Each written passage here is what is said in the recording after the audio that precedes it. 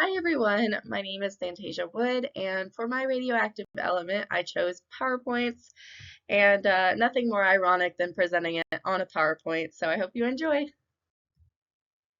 So PowerPoint is a application owned by Microsoft that allows the user to create a slide deck that usually goes in tandem with a lesson or something that's trying to be conveyed to an audience. So for example, this is a PowerPoint where I'm teaching you about PowerPoints. In training, it's generally placed on a projector or a computer, or individuals have their own devices that they use to view it, and it's viewed alongside a lecture or a lesson. So it's super common, and usually you see it kind of up on the big board presentation style. PowerPoint best practices. So this is one that we've been going over a lot, and so what better way to show it than, of course, a PowerPoint? The 5-5-5 rule. So every slide should have no more than 5 lines, no more than 5 words, and it should be no more than 5 minutes. This allows for the speaker to kind of put their own words into the presentation without reading directly off the slide and just completely bombarding the person who's watching. It's also that you lose a lot of engagement the more you ramble off of a slide, even though it is significantly easier to ramble off a slide, let's be honest.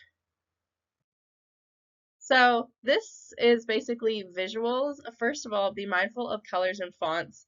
The next few slides is going to show poor examples of PowerPoint slides. So don't freak out if you can't actually see anything or if it looks crazy, it's supposed to. So some colors can be difficult to see. Visualize this being placed on a board super far away from you and you're just squinting and very confused. It takes away the allure of having a visual, and really it takes away the purpose. Then the person participating in the PowerPoint is more focused on trying to read the slide than they are on listening to the lecturer. Some fonts can be difficult to read. It is super fun to have creative fonts, but not always necessary, especially once again, if the person watching the PowerPoint is spending more time trying to figure out what it says than they are trying to listen to the lecturer. And too much text can be overwhelming. If you actually want to read this, you can pause it. It's just a paragraph that was created by ChatGPT, but as you can see, that's crazy. There's a lot going on. You don't want to read that, and you don't want me to read that to you, so don't do it. All right, pros of PowerPoints. They're visually engaging. They do give you a nice visual in the background. PowerPoint application is super easy to use. We all start using it when we're super young nowadays. It helps keep the flow of the lecture. Some people have a hard time keeping on topic, so it's great to have a reminder of where we're supposed to be within the lecture. And then it supports remote learning because you guys are going to be visualizing this remotely. Cons. It can be predictable. There's the phrase death by PowerPoint, where a lot of lecturers choose to go straight to PowerPoint. They're easy to make, they're easy to send, they're easy to put up. So it can be a little bit like, ugh, not again. Speaker can use it as a crutch.